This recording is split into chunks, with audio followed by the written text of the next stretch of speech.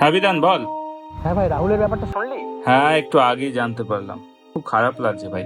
কপাল ভাই, ওর তো কোনো দোষই ছিল না, আস্তে আস্তে চালাচ্ছিল, লরিটাই পেছন থেকে এসে। ছাড়, বাদ দে এসব, এসব নিয়ে আর আলোচনা করে লাভ নেই। হ্যাঁ ভাই, কিন্তু ওর বাবা মার কথা ভেবে খুব খারাপ লাগছে। কি করবে এখন ওরা? কি করবে মানে? রাহুলের কোনো টার্ম ইন্স্যুরেন্স নেওয়া ছিল না? মনে তো হয় না, কিন্তু কে জানতো এমন কিছু একটা হবে। এক্স্যাক্টলি, ভবিষ্যতের ব্যাপারে আমরা জানি না বলেই তো আরো বেশি করে প্রিপেয়ার থাকা উচিত। মানে নিঃশ্বাসের কোনো বিশ্বাস নেই, তাই আমাদের অবর্তমানে আমাদের পরিবারের কি হবে সেটা প্ল্যান করে রাখা আমাদের দায়িত্ব।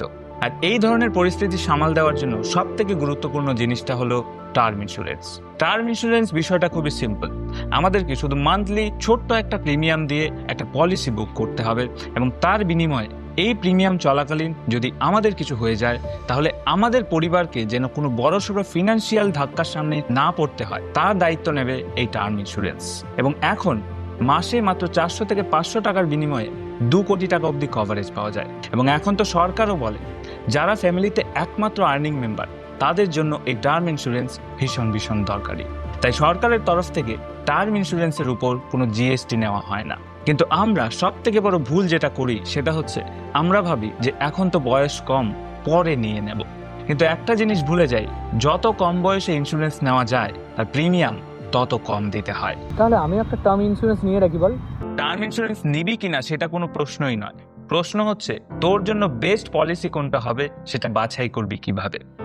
এর সব থেকে বেস্ট উপায় হচ্ছে মাল্টিপল ট্রাস্টেড ইন্স্যুরেন্সগুলোকে কম্পেয়ার করে দেখা, কে কি সুযোগ সুবিধা দিচ্ছে, তাদের প্রিভিয়াস ক্লেম রেকর্ড কেমন, এগুলো দেখে বোঝা কোন পলিসিটা তোমার জন্য বেস্ট হবে। তাছাড়া টার্ম ইন্স্যুরেন্সে জেনারেলি বেশ কিছু কমন অপশনও পাওয়া যায়, যেমন pure protection, return of premium, মানে টার্ম শেষ হওয়ার পর সেই পুরো প্রিমিয়ামের টাকাটাই তুমি ফেরত পেয়ে যাবে।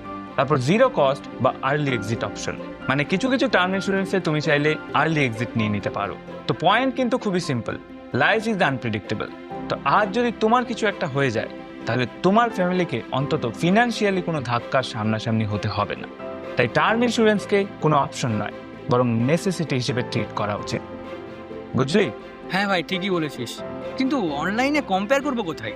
আমি আমার এই ভিডিওর ডেসক্রিপশনে এবং পিন কমেন্টে একটা লিঙ্ক দিয়ে দিয়েছি, সেখানে তোর ডিটেলস দিয়ে খুব সহজেই বিভিন্ন রকম পলিসিগুলোকে কম্পেয়ার করে তুই দেখতে পারবি এবং নিজের জন্য একটা বেস্ট পলিসি বেছে নিতে পারবি।